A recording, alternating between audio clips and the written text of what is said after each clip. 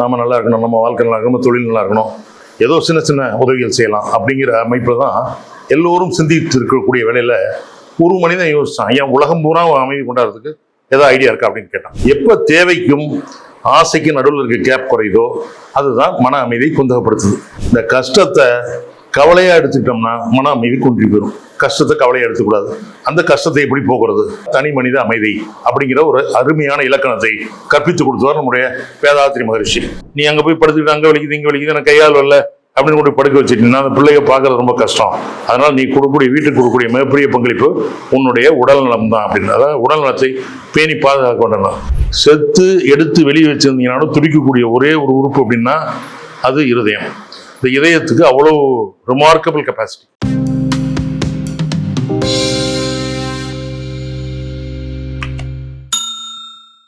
வாழ்க வையகம், வாழ்க வளமுடன், குரு வாழ்க.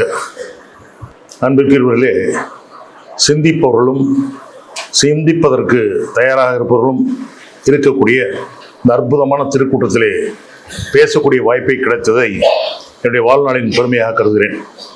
ஆனால் ஒன்றை நன்றாக புரிந்தது, நம்முடைய மருத்துவர் ரங்கநாதன் அவர்கள் பேசும்போது நான் நன்றாக புரிந்து கொண்டது, நன்றாக படித்து விட்டு வந்து பேசக்கூடியவர்களுக்கு பின்னால் பேசக்கூடாது என்பதை தெல்ல தெளிவாக உணர்ந்து கொண்டேன். ரொம்ப இறுக்கமாக இருக்க மாதிரி இருக்கு எனக்கு. நான் உங்களுக்கு இறுக்கமெல்லாம் இருக்கிறதில்ல. மனித அமைதி, மனித அமைதி உலகத்தில் உலக சமுதாய சேவா சங்கத்தை ஏற்படுத்தி உலக மக்கள் பூரா அமைதியாக இருக்கணுமா அப்படின்னு நினைக்கிறது ஒரு சாதாரண மனிதனுடைய விஷயம் இல்லை, சாதாரண மனிதனுடைய திங்கிங் இல்லை.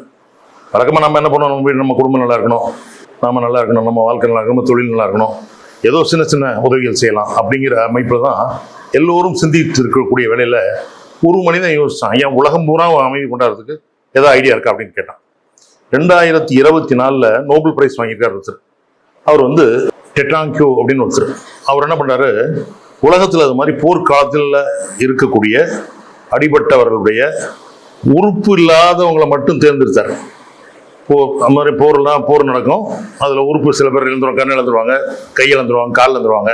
இவங்க எல்லாத்தையும் ஒரே குழுவாக அமைச்சு அந்த குழுவை வச்சுக்கிட்டு நம்ம இது மாதிரியான அணு ஆயுத போரை தடுக்கணும் அப்படிங்கிற நோக்கத்தில் செயல்பட்டார். அந்த ஆர்கனைசேஷன் மிகப்பெரிய அளவில் வெற்றி பெற்றது, அவருக்கு நோபல் பிரைஸ் கிடைச்சது. இது 2024 கிட்ட 1940 ஆண்டுகளிலேயே உலகத்தில் அமைதி விலகணும், போர் இல்லாத உலகம் இருக்கணும் அப்படின்னா என்ன செய்யணும் அப்படின்னு அடிப்படையா அதனுடைய வித்து என்ன அப்படின்னு பார்த்தா தனி மனித அமைதி அப்படிங்கிற ஒரு அருமையான இலக்கணத்தை கற்பித்து கொடுத்தவர் நம்முடைய வேதாத்ரி மகரிஷி. இது ரொம்ப இருக்க வேணாம், நல்லா இருந்தா கொஞ்சம் கைத்தட்டலாம் உங்களுடைய அனுமதியோட. வேதாத்ரி மகரிஷினுடைய அந்த வித்து மன அமைதி. இந்த மன அமைதி எப்போ குறையும் அப்படின்னு நம்ம யோசிச்சு பார்க்கலாம். நம்ம இவரு பல விதம் ரொம்ப படிச்சுட்டு சொன்னாலும் எனக்கு பயமா போச்சு, இவரை எப்படா சமாளிக்கிறதுன்னு எனக்கு ஆச்சு. என்னுடைய இளவலவர் ரங்கநாதன் அவர்கள் சின்ன பையனா வந்தாருல்ல, 45 ஆண்டு கால வரலாறு எனக்கு. அவரு பிறந்து 45 வயசாருன்னு நினைக்கிறேன். மன அமைதிக்கு என்ன காரணம் அப்படின்னு கொஞ்சம் அப்படியே யோசனை பண்ணி பார்ப்போம். ரொம்ப ஆழ்ந்த பெரிய புத்தகம்லாம் படிக்க வேண்டியதில்லை. ஒன்று, ஆசை தேவை, ரெண்டு எடுத்துங்க. ஆசைப்படுறது அளவா ஆசைப்பட்ட பரவாயில்ல, ஆசைக்கும் தேவைக்கும் ஒரு கேப் இருக்கணும். ஆசை பாருங்க, இப்போ எனக்கு ஒரு ஆசை, ஒரு கார் வாங்கணும், புது கார் வாங்கணும் அப்படின்ட்டு. நம்ம ஆசைக்கு நம்ம வருமானத்துக்கு டாக்டர்லாம் பார்க்குறோம், ரொம்ப சீப் கிடக்குறோன்னு தெரியும் உங்களுக்குலாம். மருத்துவர்கள் ரொம்ப கஷ்டப்பட்டு தொழில் நடத்தி கொண்டிருக்கிறார்கள். இவங்கெல்லாம் ஒரு சின்ன கார், ஒரு 5 லட்சம் 10 லட்சம் கார் வாங்கினா பரவாயில்ல, அதில் போயிட்டு வந்தால் போதும் அப்படின்னு நினச்சா அது ஆசை. அந்த காரை வாங்கிட்டு வந்து நம்ம ஓட்டிகிட்டு இருந்தால் ஆசை. அதே நம்ம ஒரு 1.5 கோடிக்கு நம்ம விஜய் போகிற மாதிரி ஒரு காரு, நம்ம ரஜினிகாந்த் வச்சிருக்க காரு, அவர் வீட்டில் 8 கார் இருக்கான், அந்த மாதிரி ஒரு கார் வாங்கிக்கலாம் அப்படின்னு உடனே சொல்லிடுவான். ₹1,00,000 கொடுத்துட்டு காரை எடுத்து கொண்டு போகலாம், மாதம் மாதம் நீங்கள் தவணை முறையில் செலுத்திக் கொள்ளலாமா ஆசைப்பட்டு நம்ம அதுக்கு போயிட்டோம்னா இந்த ஆசை நம்ம தேவைக்கு மீறிய ஆசை. எப்போ தேவைக்கும் ஆசைக்கு நடுவில் இருக்க கேப் குறையுதோ அதுதான் மன அமைதியை குந்தகப்படுத்துது. அதனால நம்ம எதுக்கு ஆசைப்படணும் அப்படின்னா அத்தனைக்கும் ஆசைப்படணும்னு அறுத்துரு. குறிப்பிட்ட அளவு நம்முடைய லெவல் என்ன, நம்முடைய இது என்ன அப்படிங்கிறத நினைச்சுக்கிட்டு அந்த மாதிரி ஆசைப்படுறது நல்லது. அந்த மாதிரி ஆசைப்பட்டவர்களுக்கு இது மாதிரி தேவையை பூர்த்தி செய்யக்கூடிய அளவுக்கு நம்ம இருக்கக்கூடிய ஆசை தான் நம்ம படணும் அப்படிங்கிறது முதல் இது காரணம். வேற ஏதாவது உங்களுக்கு காரணம் தோணுதா? மன அமைதி குந்தகம் பண்றது ஒண்ணு, இந்த ஆசைக்கும் தேவைக்கும் இடையில ஒண்ணு, ரெண்டாவது பாத்தீங்கன்னா கஷ்டம். மனுஷனுக்கு கஷ்டம் வரும். கஷ்டத்தையும் கவலையும் நம்ம அதே மாதிரி சீரா பார்க்கணும். கஷ்டம் எல்லாத்துக்கும் வரும். ஒரு சாதாரணமாக ஒரு பஸ்ஸில் போகிறோம், ஒரு காற்று கொல்லிமலைக்கு போகிறோம், காற்று ஜன்னல் பக்கத்தில் ஒரு இது பிடிச்சி உட்காந்துக்கலாம் அப்படின்னு உட்காந்துக்குவோம். உட்காந்தோடனே என்ன பண்ணுவோம், ஒரு ஆள் வந்து ஏறி போகிறோம் பக்கத்தில் வந்தோடனே நம்ம தோள்பட்டை பெருசு, என்ன மாதிரி ஆள் இருக்குது, தோள்பட்டையெல்லாம் பெருசாக இருக்கும், தலையை சாய்ச்சுவான். தலையை சாய்ச்சி தூங்கிட்டு வருவான். சார் கொஞ்சம் முழிச்சுங்க சார், கொஞ்சம் எந்திரிங்க சார், இந்த வந்துடும், இப்போ 8வது பெண்ட் வந்துருச்சு அப்படிமா. அப்புறம் இன்னும் கொஞ்சம் நேரம் கழிச்சு, சார் தாங்க முடியல, கொஞ்சம் எழுந்திரிச்சுங்க. ஏன் மழை எப்படியா பெய்யும் அப்படிமா. எதுக்கு மழை பெய்யறதுக்கும் நம்ம எழுப்புறதுக்கு என்ன சம்பந்தம்? இல்லை நீ என்னை எழுப்பி விட்டீங்கன்னா மழை பெய்ய ஆரம்பிச்சிருமா? அவன் நினைக்கிறான் அவனை எழுப்பாமல் இருந்தோம்னா மழை பெஞ்சிக்கிட்டே இருக்கும் அப்படின்னு நினைக்கிறாங்க. அது மாதிரி இது எப்படின்னு கேட்டீங்கன்னா, அது வந்து நம்ம கஷ்டம், வெளியிலேருந்து வர்றது தான் கஷ்டம். நம்ம போகிறோம், பஸ் ஸ்டாண்டுக்கு போகிறோம், அடிபடுது, கீழே விழுந்துடுறோம், மயக்கம் போட்டு விழுந்துடுறோம், அது நமக்கு வெளியிலேருந்து வர கஷ்டம். இந்த கஷ்டத்தை கவலையா எடுத்துக்கிட்டோம்னா மன அமைதி குன்றி போயிடும். கஷ்டத்தை கவலையா எடுத்துக்கூடாது. அந்த கஷ்டத்தை எப்படி போக்குறது? நான் பார்த்தேன், நான் படுத்துக்கிட்டான், சொல்லி பார்த்தேன், எந்திரிக்கல. இதெல்லாம் நான் ஆரம்ப காலத்தில் பஸ்ஸில் போகிறபோது நான் பார்த்தேன். எப்படி இந்த கஷ்டத்தை எப்படி தீக்கிறது, ஒரு ஐடியா கொடுங்களேன். உடனே இப்போ எனக்கு தெரிஞ்ச பாட்டெல்லாம் பாட ஆரம்பிச்சு. சொற்றுணை வேதியன், சோதிவானம், பொற்றுணை திருந்தரி, பொருந்தகை, இதில் அகர முதல் எழுத்தெல்லாம், ஆதிபன் முதற்று எவ்வளவு, எனக்கு தெரிஞ்ச பாட்டெல்லாம் பாடிக்கிட்டு இருந்தேன். ஏன்னா என் மனசை அப்படி மாற்றிடுவோம் அப்படின்ட்டு. ஆக மனுஷனுக்கு அமைதி தொலைகிறதுக்கு 2 காரணம் தான். ஒன்று ஆசையும் தேவையும், 2வது இந்த சமாச்சாரம். நம்ம என்ன டாக்டர் பார்த்துருக்காரு. 2வது கவலையும் கஷ்டமும். கஷ்டம் எல்லாத்துக்கும், கஷ்டம் இல்லாத மனிதன் யாரும் கிடையாது. நானும் வரும்போது நிறைய பேர் இருக்கிறேன், சார் நல்லா சந்தோஷமா இருக்கீங்களா? ஒரு சொல்ல சந்தோஷம். 100க்கு 90 பேர் என்ன சொல்றான், நிம்மதியே கிடையாது சார், வாழ்க்கையில நிம்மதியை தொலைச்சிட்டோம் சார். ஒரு 10% பரவாயில்ல நல்லது சொல்லுவான்னு பார்த்தேன். சார் எப்போ என்னை கூப்பிடுவாருன்னு பார்க்குறேன். யாரியா? சிவன் கூப்பிட. நேற்று திருவாதிரை எல்லாம் நேற்று சிவன் சிவலோக பதிவு அடைஞ்சிடுவோம். எப்போ கூப்பிடுவாருன்னு பார்த்துட்டேன் சார். உன்னை விளக்கு வச்சா கூப்பிடுவார், அவர் கூப்பிடும்போது கூப்பிடுவார், அது வரைக்கும் இங்கே தானே இருந்தவனும், நீ எதுக்கு அந்த கோலையப்படுற அப்படிங்கணும். அது மாதிரி இந்த 2யும் சமாளிச்சுட்டாவே பெரிய விஷயம். கொடுப்பது அப்படிங்கிறது ரொம்ப சிறப்பு. பெறதுங்கிறத கொடுப்பது ரொம்ப சிறப்பு. கொடுப்பதோட பெரிய சொல்லுங்க, கொடுப்பதை விட பெரிய காரியம். நான் இன்னைக்கு ஒரு 10,000 ரூபா கொடுக்குறேன், ஒரு 50,000 ரூபா கொடுக்குறோம். ரங்கநாதன் நிறைய கேஸ் பண்றாரு, 6 லட்ச ரூபா கொடுப்பாரு. இது மாதிரி கொடுப்பதில் ஒரு மகிழ்ச்சி இருக்கு. இதுக்கு மேல ஒரு மகிழ்ச்சி யாருக்கு இருக்கு?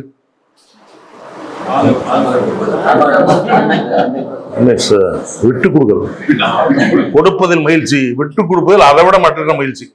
இங்க உட்கார்ந்து இருக்க அனைத்து மகளிரும் அப்பப்ப கையெழுத்து நீங்களாம் முடிச்சுவீங்க. எனக்கு நீங்க தியானம் பண்றீங்களா, தூங்குறீங்களா அப்படின்னு எனக்கு பெரிய சந்தேகம். ஏன்னா உங்களையெல்லாம் அப்படி பூத கண்ணாடி போட்டு பார்க்க வேண்டியது. தியானம் பண்றாங்க கேட்டா, சார் நான் கண்ணை மூடிக்கிட்டே, நம்ம பசங்களும் சொல்லுவாங்க, எப்படி அப்படிங்கிற கண்ணை மூடிக்கிட்டே தூங்குறியா? நர்ஸை போய் கேட்பேன், நர்ஸ் தூங்குறியா? ரொம்ப சீரியஸான கேஸ், மணிக்கு ஒரு தடவை பல்ஸ் பார்க்கணும், பிபி. சார் நான் முடிச்சுட்டு தான் சார், கண்ணை மூடிட்டு முடிச்சுட்டு இருப்பேன் அப்படிங்க. உலகத்துல ஒரு லிஸ்ட் போட்டான், யாரா பாதுகாப்பான நாடு எது அப்படின்ட்டு. நம்ம சொன்னாரு தமிழ்நாடு தான் நம்ம சுகாதாரத்துறையில் மிக அற்புதமான ஒரு இன்ஃப்ராஸ்ட்ரக்சரோட இருக்கு அப்படின்னு மார்த்தட்டிட்டு நம்ம இவர் 114வது இடத்துல இருக்கோம். உலகத்தில் அமைதியாக இருக்கக்கூடிய நாடுகளின் லிஸ்ட்ல 117வது நாடு எதுன்னா இந்தியா. முதல் நாடு ஐஸ்லாந்து, 2வது நாடு நெதர்லாந்து, 3வது நாடு நியூசிலாந்து, 4th லேண்டு நோலாண்டுன்னு வச்சுங்க. நம்மளது 117 கண்ட்ரிஸ். நம்ம 114வது இடத்துல இருக்கோம் அமைதிக்கு. ஏன்னா சுத்தி நம்மளை சுத்தி நமக்கு எதிரி வந்துட்டே இருக்கான். திடீர்னு பார்த்தா 2 பேரும் இந்துக்களை போட்டு அடிச்சு கொண்டுட்டாங்க. நாங்க இந்த பக்கம் திரும்பினா இங்க பங்களாதேஷ்ல ஒரு போர், அங்க போனா அங்க போர், கீழே சிலோன்ல பயமா இருக்கு. எங்க போனாலும் பதட்டம் எப்பவுமே இருந்துட்டு இருக்கு. அதனால இந்த உலக ரீதியா எடுத்துக்கிட்டா நம்ம 117 நம்ம இன்னும் நம்மை மேம்படுத்த வேண்டும். அதுக்கு தான் வேதாத்திரியம் நம்ம பயன்படுத்தணும். வேதாத்திரியம் மாதிரி தியானம் பண்ணணும். தனி மனித அமைதி தான் குடும்ப அமைதியை வழிவகுக்கும். குடும்பம் அமைதியாக இருந்தால் ஒரு சமூகம் அமைதியா இருக்கும். ஒரு சமூகம் அமைதியா இருந்தா ஒரு நாடு அமைதியா இருக்கும். எல்லா நாடுகளும் அமைதியா இருந்ததுன்னா உலகமே அமைதியா இருக்கும் அப்படிங்கிற அந்த தத்துவத்தை எடுத்து சொன்னவர் அந்த காலத்துல யோசிச்சு இப்படி பண்ணா இப்படி இருக்கும் அப்படின்னு ஒரு மனிதனுக்கு சிந்தனை வருகிறது என்று சொன்னாலே அது ஒரு மிகப்பெரிய ஒரு அச்சீவ்மெண்ட். அந்த அச்சீவ்மெண்ட்டை பண்ணியவர் நம்முடைய மகரிஷி அவர்கள் என்பதிலே இந்த இடத்துல நம்மளாம் பெருமை கொள்ளணும். ஏன்னா நம்ம ஊரே வாழ்ந்தவர். சாதாரண ஒரு நெசவு குடும்பத்தில் பிறந்து சாதாரணமாக வளர்ந்து வறுமையில் அடிபட்டு அம்மா அப்பா கஷ்டத்தில் வளர்த்து அப்படிப்பட்ட ஆளுக்கு உலகம் போனா சிந்திக்கக்கூடிய ஒரு வாய்ப்பு கிடைக்குது அப்படின்னா அதெல்லாம் ஒரு பெரிய விஷயம். என்னுடைய அப்பா வந்து 10வது படிச்சுக்காரு, அவருக்கு ஒன்றும் தெரியாது. எங்கள் அம்மாவுக்கு 3வது படிச்சது. நான் காதலிச்சு கல்யாணம் பண்ணிக்கிட்டேன். அப்போ எங்கள் அம்மா சொல்லிச்சு, ஏன்னா உங்கள் அப்பா கோவிச்சு திரியாரா, அவர் 10 நாள் சாப்பிட மாட்டேங்கிறாரு, என்ன பண்ணுறேன்னே, அந்த பிள்ளையும் கட்டிக்க, நம்ம பிள்ளையும் அவர் சொல்கிற பிள்ளையும் ஒன்று கட்டிக்க, 2 வச்சுட்டு போகலாம். ஏன்னா அவ்வளோதான். அவங்க 3வது படித்த அம்மா எனக்கு மேலே ரொம்ப அன்பு காட்டுது, அந்த கருணை காட்டுது. எம்பத்தி சிம்பத்தினா பரிதாபப்படுறது, எம்பத்தினா பெருங்கருணை காட்டுறது. எம்பத்தி கொஞ்சம் மாத்திட்டீங்க. அந்த எம்பத்தி பெருங்கருணை காட்டுறது பேர் எம்பத்தி. சிம்பத்தினா சும்மா ரோட்ல போற அடிபட்டுறான், அடடா அடிபட்டானே அப்படின்னு நம்ம நினைச்சு போயிடுறது, அது சிம்பத்தி.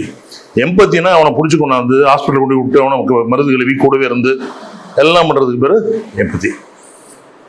அதனால இது பாத்தீங்கன்னா அன்பும் கருணையும். இப்ப சொன்னா இது நீ அதை எங்கெல்லாம் நமக்கு சொத்து இருக்குதப்பா, 40-50 ஏக்கர் இருக்கு, எல்லாம் பாத்துக்கலாம் விடு, இது ஒரு பக்கம் வச்சுக்க அது ஒரு பக்கம் வச்சுக்கிறது எங்க அம்மா. இது வந்து அதை காட்டுகிற அன்பு. இதை சும்மா இடையில சரி விட்டு அதை பத்தி அவர் சொன்னாரு. நான் பல இடங்கள்ல இதை திருவள்ளுவரையும் பாரதியாரையும் அடிக்கடி துணைக்கிருப்பேன். விசையறு பந்தினை போல் உள்ளம் வேண்டியபடி செல்லும் உடல் கேட்டேன். அவர் பாரதியார் கேட்கிறாரு, யார்கிட்ட? பராசக்தியிட்ட கேட்கிறாரு.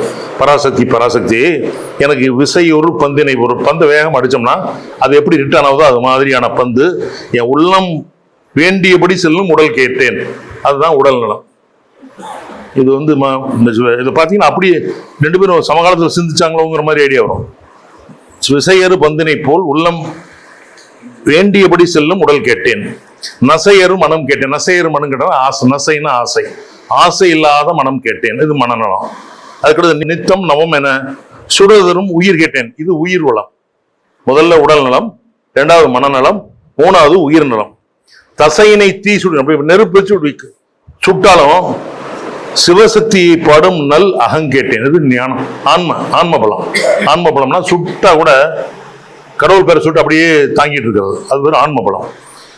அசைவுறு மதி கேட்டேன். அசைவுறு மதி அப்படின்னா இப்ப நமக்கெல்லாம் மதி இருக்கும், இங்க ரொம்ப போலாமா வேண்டாமா. அவர் கேட்கிறாரு, என்னுடைய தலைவர் ஆசிரியர் பேராசிரியர் உதயகுமாரையா கேட்டாரு, நீங்க முதல்ல பேசுறீங்களா அவரு முதல்ல? எனக்கு யோசனை, ரங்கநாதனை விட்டோம்னா நம்மளே தாக்கிடுவாரோ, நம்ம பேச்சு எடுபடுமோ, அவரு அருள்நிதி வேதாத்திரி மகரிஷி பாரோ, நம்ம பேச்ச கேட்க மாட்டாங்களோ அப்படிங்கிற ஒரு அதான் அசைவுறுமதி. அசைவுறுமதினா ஆசிலேட்டிங் மைண்ட். அப்படியே மைண்ட் அப்படியே எப்படி போலாமா அப்படி போலாமா, சார் இந்த வழியா போனா நல்லா இருக்குமா, அந்த வழியா நல்லா போடுவோமா அப்படிங்கிற மாதிரி. இவை அருள் இது கேட்டார். என்னென்ன கேட்கிறாரு? உடல் கேட்டாரு, மனம் கேட்டாரு, உயிர்நலம் கேட்டாரு, தசை சுடு ஆத்ம பலம் கேட்டாரு. என்னை போட்டு சுட்டு அரிச்சாலும் சிவசக்தியை பாடக்கூடிய தன்மை கூடன்னு கேட்டாரு. கடைசியா கேட்கிறாரு, இவை எல்லாத்தையும் அருள்வதில் உனக்கு ஒரு தடை உள்ளதோன்னு கேட்டார். யார? தாசில்தார்ட்ட போய் ஒரு பெட்டிஷன் கொடுங்க, எங்க வீட்டு பக்கத்தில் போட்டு எரிக்கிறாங்க சார், ஒரே புகை வந்து மண்டலமா கிடக்குது, ஏதாவது ஒண்ணு பண்ணுங்க சார் அப்படிங்கிறான். தாசில்தார் போய் வாங்கி பாக்குறாரு, வருவாங்க இப்போ அப்படின்னு. ஐயோ பண்றே இல்லையா அப்படின்னு என்ன பண்ணுவான், கரண்ட் கட் பண்ணிடுவான். அது மாதிரி இவர் கேட்கிறாரு, யார்கிட்ட? பராசக்தியிட்ட கேட்கிறாரு, இவை அருள்வதில் உனக்கு ஒரு தடை உள்ளதோ அப்படின்னு கேட்கிறாரு. அது மாதிரி நம்ம என்னென்ன வேதாத்திரி மகரிஷி சொன்னாலும் அத்தனை நலமும் வேணும்ட்டு தைரியமாக ஒரு பராசக்தியிட்ட கேட்கக்கூடிய அளவுக்கு ஆத்ம பலம் கொண்டவர் நம்ம பாரதியார் அப்படிங்கிறதுக்காக அதை சொன்னேன். 2வது இது தனி மனித பலம். தனி மனித அமைதியை பத்தி சொல்லிட்டேன். அது 2 விஷயம் தான். ஆசை ஒண்ணு, 2வது நமக்கு ஒரு கஷ்டமா கவலையா அப்படிங்கிறது. ரெண்டை முடிச்சிட்டோம். இது தனி மனுஷன், இதெல்லாம் கண்ட்ரோல் பண்ணா சரியாயிரும், மனசை கண்ட்ரோல் பண்ணா சரியாயிரும், மனசை நல்லா இதாக வச்சுங்க, ஆசிலேட் ஆகாதீங்க அப்படிங்கிறதெல்லாம் கரெக்ட். அடுத்தது குடும்ப நலம். குடும்ப நலம் அப்படின்னு கேட்டீங்கன்னா, ஒரு குடும்பம் நலமா இருக்கணும் அப்படின்னா கணவன் மனைவி 2 பேரும் சேர்ந்த வாழ்க்கை இல்லை, இணைந்த வாழ்க்கை. வீடு கட்டுறதுக்கு இன்டெலிஜென்ஸ் இருந்தா போதும். ஒரு வீடு கட்டுறதுக்கு ஒரு இன்ஜினியர் கூட கட்டிடுவான். அந்த வீட்டுல ஒரு குடும்பம் நடத்துறதுக்கு என்ன வேணும்? இன்டெலிஜென்ஸ் வேண்டியதில்லை. அங்க நமக்கு ஒரு இணைந்த ஒரு வாழ்க்கை, விட்டு கொடுத்து இருக்கக்கூடிய. அதான் நான் சொன்னேன் முதல்ல எடுத்தோடனே, கொடுப்பது என்பது மகிழ்ச்சி, விட்டு கொடுப்பு என்பது அழகாச்சு. பல பெண்கள் ரொம்ப புத்திசாலியாக இருப்பாங்க, இருந்தாலும் புருஷன் சொல்லிட்டாருன்னு கம்முன்னு இருப்பாங்க. எங்கள் ஆயாட்ட கேட்பாங்க, எங்கள் ஆயா சொல்லுவார், உனக்கு ஏதாவது அறிவு இருக்கா அப்படின்பார். பேசாமல் போயிடும். அப்போ எங்கள் தாத்தா அப்படி திட்டுவார், உனக்கு ஏதாவது அறிவு இருக்காம்பார். உடனே எங்கள் ஆயாவை கூப்பிட்டு, அம்மா அறிவு இருக்கான்னு கேட்குறாரு. அவனை இவருக்கு அறிவு நல்ல அறிவு வந்து வர கல்யாணம் பண்ணிக்கணும், அதை போய் சொல்லாட்டி என்ன அதெல்லாம் பிரச்சனை பண்ணிடும், அதுக்கு சண்டை வந்துடும், 2 நாளைக்கு பேச மாட்டார், சாப்பிட மாட்டார், பெரிய அக்கப்புறம் இருக்கும், அதனால நான் அது சொல்றதில்லை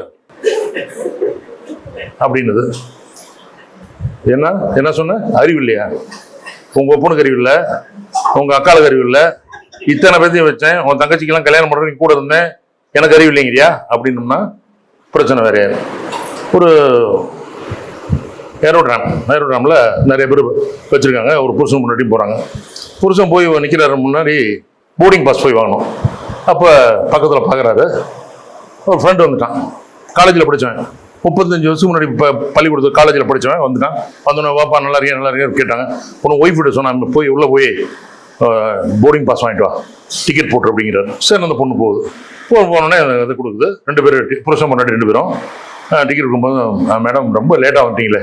இல்லைங்க, ஒரே இடத்துல போட முடியாது, இவருக்கு பியில் இருக்குது, உங்களுக்கு எஃப்ல தான் இருக்குது, அட்ஜஸ்ட் பண்ணிக்க முடியுமான்னு கேட்டுருக்கு. உடனே அந்த பொண்ணு கொஞ்சம் முடிஞ்சா போட்டு கொடுங்க, இல்லைன்னா பரவாயில்ல அப்படின்னு வந்துச்சு. உடனே வந்துட்டு கொண்டாந்து கொடுக்குது புருஷன்ட்டு. புருஷன் பார்க்குறாரு, சேப்பா ஆமாம் போய் வாங்கினியில் டிக்கெட். ஆமாம் புருஷன் முட்டாட்டின்னு சொன்னியா? சொன்னேன். பியில் ஒன்று எப்போ கொண்டா கொடு, இதுதான் உனக்கு, நான் போகிறேன். நேராக போகிறார், அங்கே போய் அங்கே கொண்டு நின்றுட்டார். ஏம்மா நாங்கள் 2 பேரும் புருஷன் முட்டாட்டி, நான் பி, அந்த மாதிரி எஃப், எப்படி உட்காந்து பயணம் பண்ணுறது? சார் இதுக்கு நீங்கள் முன்னாடியே வந்திருக்கணும், நீங்கள் லேட்டாக வந்தீங்களே. அப்படியா, மாற்ற முடியாதா? சார் இதுக்கு ஏதாவது தனியாக ஃபீஸ் இருக்கான்னு கேட்டார். எதுக்கு ஃபீஸ் கிடையாது, நல்ல வேலை தனியாக போட்ட, கொஞ்சம் நிம்மதியாக வருவேன்.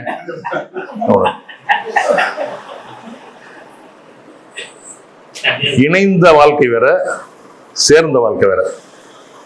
ரொம்ப கணவனும் பல மனைவி நிலை வேட்புனால் எதுக்கு வைக்கிறாரு ஏதாவது தெரியும்? நீங்க 2 பேரும் சந்தோஷமா இருங்க, 2 பேரும் இணைஞ்சு வாழுங்க, ஒரு முடிவு எடுக்கணும், 2 பேரும் சேர்ந்து முடிவெடுங்க அப்படிங்கிறது. ஆதிசங்கர் பிறக்க போது அவங்க அப்பா அம்மா படுத்து தூங்குறாங்க. அவர் போய் சிவபெருமான் எழுப்பிடுறாரு அப்பாவை. ஐயா, ஒரு நல்ல குழந்தை ரொம்ப நாள் இல்லை, 10-15 வருஷமா இல்லை, நல்ல குழந்தை வேணும் அப்படின்னு வரம் கேட்கிறேனே அப்படிங்கிறார் சுவாமி கிட்ட. நல்ல பிள்ளையா 16-17 வயசு தான் வாழும், அந்த மாதிரி பிள்ளை வேணுமா? இல்லை 80 வயசு வரைக்கும் இருக்கும், கொஞ்சம் அறிவு ஆற்றல் இல்லாத குழந்தையா இருக்கும், பரவாயில்ல, எது பரவாயில்ல உனக்கு அப்படின்னு கேட்குறாரு. உடனே நம்மளா இருந்தா என்ன சொல்லுவோம்? சார் நம்ம பீடியாட்ரிஷன் டாக்டர் உட்காந்துருக்காரு, அவர் என்ன சொல்லுவாரு? சரி ரைட், நல்ல பிள்ளையாவே கொடுத்துரு, 20 வருஷம் ஒன்றா போகணும் அப்படின்னு. அந்தாலும் அப்படி சொல்லல. அவர் என்ன சொல்றாரு? இதை நான் எடுக்க முடியாது, 2 பேரும் சேர்ந்து இருக்கக்கூடிய முடிவு, நான் என் மனைவியை கேட்டு சொல்றேங்கிறாரு அந்த இதுல. உடனே மனைவி மனைவி எதிர்த்து உட்காந்துருக்கா. என்னங்க அப்படிங்கிறா. இல்லாம எனக்கு கனவுலையும் வந்தாரு, சிவபுரம் வந்தாரு, என்ன சொன்னார்? இது மாதிரி அறிவாற்றல் உள்ள பிள்ளை, குறைஞ்ச காலம் தான் வாழும், அந்த பிள்ளை வேணுமா? இல்லை அறிவு கொஞ்சம் கம்மியா இருக்கும், கொஞ்ச நாள் இருக்கக்கூடிய பிள்ளை வேணும், நீ என்ன சொன்ன அப்படின்னாரு. நான் எப்படிங்க சொல்றது? 2 பேரும் இதுதான் குடும்பம் அமைதியாக இருக்கிறதுக்கு ஒரு முக்கியமான காரணம். கை தட்டலாம் நல்லா. எந்த வளம்னு சொல்லிடுங்க, நான் வளமா இருந்தா தான் நல்லது. நான் சீனியர் சிட்டிசன் ஆயிட்டேன். நீங்க சொல்ற வாழ்த்துக்கள் தான் உயிரோட வாழ்ந்துட்டு இருக்கு, உயிர் துடிப்போட இருக்குன்னா உங்களுடைய வாழ்த்துக்கள் ரொம்ப ரொம்ப முக்கியம். உடனே சொல்றாரு, நீ என்ன சொன்னமா? நான் எப்படி முடிவு எடுக்க முடியும், நான் கேட்டு சொல்றேன் அப்படின்னு சொன்னேன். இப்ப என்ன முடிவு எடுக்கலான்னு கேட்கிறாரு. அறிவார்த்தமான பிள்ளையா இருந்தா கூட போதும், கொஞ்ச நாள் இருந்தாலும் போதும், அப்படியே இருக்கட்டும் அப்படின்னு கேட்டுக்கிறாங்க 2 பேரும். அவருக்கு பிறந்தவர் தான் ஆதிசங்கர். நம்ம இந்த மதம் இந்து கலாச்சாரத்தையே மாற்றி எழுதின மனுஷன் ஆதிசங்கர். அப்படிப்பட்டவர் பிறப்புல இருக்கக்கூடிய ரகசியம் இது. 2 பேரும் விட்டு கொடுத்து வாழக்கூடிய குடும்பத்துல அமைதி எப்பவும் நிச்சயமாக இருக்கும். அந்த அமைதி ரொம்ப ரொம்ப முக்கியம். 2வது அமைதி, முதல் அமைதி தனிமனித அமைதி, 2வது குடும்ப அமைதி, 3வது குடும்பங்கள் அமைதியா இருந்தா தான் ஒரு சமூகம் அமைதியா இருக்கும். நம்ம வீட்டுல நம்ம 2 பேரும் அமைதியா இருந்தோம்னா, நம்ம நாத்தனாரு, நம்ம அக்கா, நம்ம தங்கச்சி, வீட்டுக்கு வர்றவங்க எல்லாரும் சௌரியமா வந்துட்டு போயிட்டு இருந்தா ஒரு சமூகம். அதான் அது பெருசா சொல்லுவாங்க, ஃபேமிலி இஸ் மைக்ரோ சொசைட்டி. குடும்பம் என்பது ஒரு சமூகத்தினுடைய ஒரு சின்ன பங்கு. அதே மாதிரி ஒரு சமூகம் என்பது குடும்பத்தினுடைய பெரிய பங்கு. அதனால ஒரு சமூகம், குடும்பத்தை வச்சுதான் சமூகம் வரும் அப்படின்னு தெள்ள தெளிவாக எடுத்துரைத்தவர் நம்முடைய வேதாத்திரி மகரிஷி அவர்கள். வேதாத்திரி மகரிஷி இதெல்லாம் அந்த காலகட்டத்தில் 1940கள் 50களில் இந்த மாதிரி ஒரு உலகம் தழுவிய ஒரு சிந்தனை வரணும் அப்படின்னா அவருடைய தொலைநோக்கு சிந்தனை பார்வை எவ்வளவு தூரம் இருக்கும் அப்படிங்கிறத நம்ம கொஞ்ச நேரம் யோசிச்சு பார்க்கணும். ஆக அந்த மாதிரியான சிந்தனையுடைய ஒரு பெரிய மகானுடைய கூட்டத்தில் பேசுறதுக்கு மிக மற்றற்ற மகிழ்ச்சி அடைகிறேன். ஏன்னா இதெல்லாம் நீங்கள்லாம் இது மாதிரி ஆட்கள்லாம் பிறக்கிறதே பெருசு. அது மாதிரி அந்த மாதிரி பிறந்தவர்களை நம்ம ஃபாலோ பண்றது, அவங்க சொல்றது, வாழ்க வளமுடன் சொல்றது, இதெல்லாம் ரொம்ப பாராட்டக்கூடிய ஒரு அம்சங்கள். அடுத்தது நானும் ப்ரிப்பேர் பண்ணிட்டு தான் வந்திருக்கேன். இதோட பகவத்கீதையில பாத்தீங்கன்னா தத்துவம் அசி அப்படிம்பாங்க, நான் கடவுள். ஒவ்வொருத்தரும் உள்ளத்திலையும் கடவுள் இருக்காருன்னு நீ நம்பு. கண்ணன் எங்க இருக்காரு? எனக்குள்ள இருக்காரு. கண்ணன் இங்க இருக்காரு அப்படிங்கிற எண்ணம் இருந்தா நீயும் கடவுள் நானும் கடவுள், உங்கள்கிட்ட எதுக்கு அவசியம் சண்டை போடுவானே, அவனை குத்தணும்னா அவன் கடவுள், அவனுக்குள்ளேயும் கடவுள் இருக்காரு அப்படிங்கிற எண்ணம் பண்ணணும். இதெல்லாம் இந்த இந்து மத கோட்பாட்டில் நம்ம கிடைச்ச மிகப்பெரிய அற்புதமான ரகசியங்கள். இதெல்லாம் ஒருத்தருக்கு ஒருத்தர் போர் நடக்கூடாது, ஒருத்தருக்கு அமைதியா இருக்கணும் அப்படிங்கிறதுக்கான ஒரு உத்வேகம் அது. இதெல்லாம் சமூக இதில் ரொம்ப ரொம்ப முக்கியம். இரண்டாவது சொன்னாரு, இப்போ அப்படியே மெதுவாக மருத்துவத்துக்கு வரேன். மருத்துவர்கள் ரொம்ப நல்லவங்கம்மா, நீங்கள் நினைக்கிற மாதிரி காசு கொடுங்குறவங்க, அது மாதிரி போனால் ஏதோ ஒன்று சொல்லி படுக்க வச்சுருவாங்க. நிறைய பேர் உள்ள நுழைவான், பயப்படுவான், அப்படியே போட்டு தள்ளிட்டு வர பில்லு. பெஸ்ட் ட்ரீட்மெண்ட் வேணும் அப்படின்னா கொஞ்சம் காஸ்ட்லியாக தான் இருக்கும். காஸ்ட்லி ட்ரீட்மெண்ட் எல்லாம் பெஸ்ட் ட்ரீட்மெண்ட் இல்லை, ஆனால் பெஸ்ட் ட்ரீட்மெண்ட் வேணும்னீங்கன்னா கொஞ்சம் காஸ்ட்லியாக தான் இருக்கும். அதை நம்ம பார்த்துக்கணும். ஏன்னா ஒவ்வொரு ஒரு உதாரணமாக நம்ம மகரிஷி மருத்துவனுடைய ரங்கநாதன் சார் எடுத்துட்டாருன்னா, ஒரு பெரிய செட்டப், ஆப்தமாலஜி செட்டப் வைக்கணும் அப்படின்னாருன்னா ஒரு 5 கோடி ரூபா இருந்தால் போதும். 5 கோடி ரூபா இருந்தால் ரொம்ப ஜாஸ்தி. பெரிய ஒரு பல் டாக்டர் ஒரு 6 கோடி 5 கோடி இருந்தால் போதும். ஒரு கார்டியாலஜிஸ்ட் ஒரு 10 கோடி ரூபா செலவு பண்ண வச்சிடலாம். ஒரு பீடியாட்ரிஷியன் ஒரு 3-4 கோடி வெண்டிலேட்டர்லாம் வைக்கணும், ஒரு 5-6 கோடி இருந்தால் வச்சுருவார். ஆனால் ஒரு புற்றுநோயை விரட்டணும் அப்படின்னா அதுக்கு இருக்கக்கூடிய இன்வெஸ்ட்மெண்ட் கிட்டத்தட்ட 50-60 கோடி இருந்தால் தான் செய்ய முடியும். இத்தனையும் நம்ம வெளியூரில் போய் செஞ்சுட்டு இருக்கோம், ஏன் நம்ம அதை நம்ம ஊர்லேயே கொண்டாடக்கூடாது அந்த மிஷின்லாம் அப்படின்னு அதை கொண்டு வந்து சிக்கிக்கிட்டு, இதுதான் ஆசைக்கும் தேவைக்கும் உள்ளது. தேவை இங்கே, ஆனால் ஆசைப்பட்டது பெருசாக போச்சு. சொக்கலிங்க வந்து பேசக்கூடிய சொக்கலிங்கத்தினுடைய மாணவன் நான்.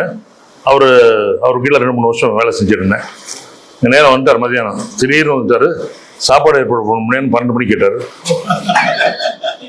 முடியாது சார். நமக்கே வீட்டுக்கு போனா சாப்பாடு கிடையாது, இன்னும் 4 பேர்த்து கூட்டிட்டு போயிட்டாருங்க. பெரிய பிரலம இந்த குறிப்பறிந்து செய்யறது. நம்ம அப்படியே பேசிட்டே இருக்கேன், தொண்டை கரகரன் இருக்கு, அப்படி பாக்குறேன். அப்படின்னு ஒண்ணு என்ன பண்ணும், நம்ம ஒரு ஆள் வச்சிருந்தோம், டக்குன்னு அப்படியே வந்து தண்ணி வேணுமா சார் அப்படின்னு கொடுக்கணும். அப்பயும் மறந்துட்டான் அப்படின்னோம்னா தண்ணி கொடுக்கலாம். குறிப்பறிந்து வேலை, இதெல்லாம் வள்ளுவர். குறிப்பறிந்து வேலை செய்யவன் எவ்வளவு சம்பளம் கேட்டாலும் கொடுத்து வச்சுக்கிட்டாங்கிறான். இது நம்ம மேனேஜ்மெண்ட் இல்லை, நம்ம பெரிய அதிகாரிகள், எம்பிஏ, ரெவன்யூ டிபார்ட்மெண்ட் அதிகாரி சொல்ல, ஒரு சாதாரண ஒரு வள்ளுவன் சொல்றான், இது மாதிரி குறிப்பறிந்து வேலை செய்யக்கூடியவர்கள் இருந்தால் எவ்வளவு சம்பளம் கொடுத்தாலும் அவனை வேலையை விட்டு நிற்கிறாத வச்சுக்க அப்படிங்கிறான். இது வந்து வள்ளுவம். அப்புறம் இந்த டாக்டர்களுடைய ஜோக் அப்பார்ட், டாக்டர்கள் வந்து எந்தெந்த காலங்களில் அவங்களுடைய தேவை ரொம்ப அதிகமாக இருக்கும்னா, போர்க்காலங்களில் ரொம்ப தேவை அதிகமாக இருக்கும். 2வது பேரிடர் காலங்களில் உங்களுடைய தேவை ரொம்ப நிறையா இருக்கும். 3வது தொற்று காலங்களில் உங்களுக்கு பேரிடர். இது 3மே நீங்க பார்த்தது, நீ உள்ளூர்ல பார்த்தது, நம்ம நாட்டில் தமிழ்நாட்டில் பார்த்தது. இது 3மே போர்க்காலங்களில் எப்படி இருக்கு அப்படின்னா, முதல்ல சேரன் சோழன் பாண்டியன்லாம் போர் பண்ணிக்குவான். நம்ம ஆளுகள்லாம் அவன்லாம் என்ன பண்ணுவான்னு கேட்டீங்கன்னா, இவன் ஒரு வேலை தூக்கிட்டு வருவான், அவன் ஒரு வேலை தூக்கிட்டு வருவான், அவன் ஒரு வெளில எடுத்துடுவான், இவன் ஒரு வெளில எடுத்துட்டு வருவான். 2 சேதாரம் ஆனாலும் 1000 பேர் கொண்ட படையில 100 பேர் சாவாங்க. இது அந்த காலத்துல. இந்த காலத்துல போர் முறை மாறி போச்சு.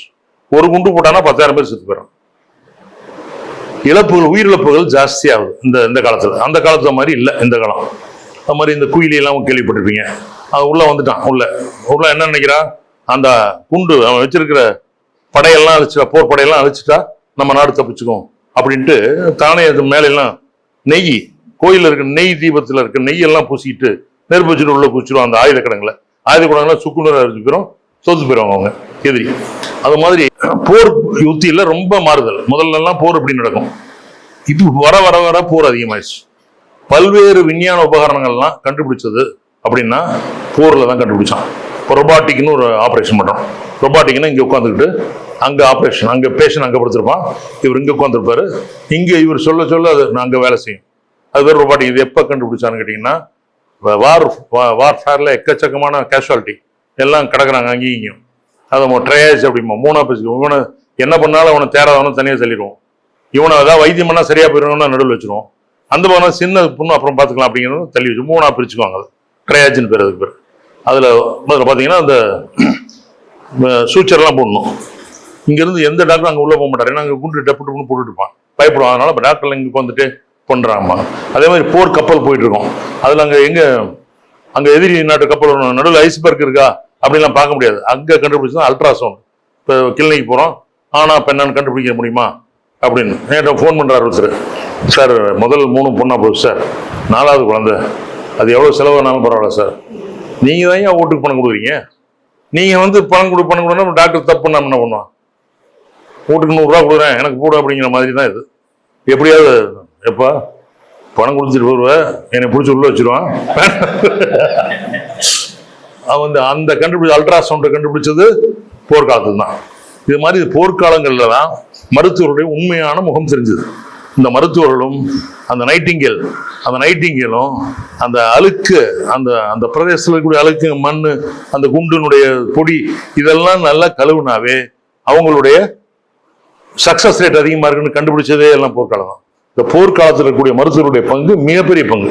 2வது பேரிடர் மேலாண்மைன்னா, இப்போ வெள்ளம் வருது, அடிச்சுட்டு போகுது எக்கச்சக்கமா. பூவாத்துல போனால் வெள்ளம் போயிட்டு இருக்கு.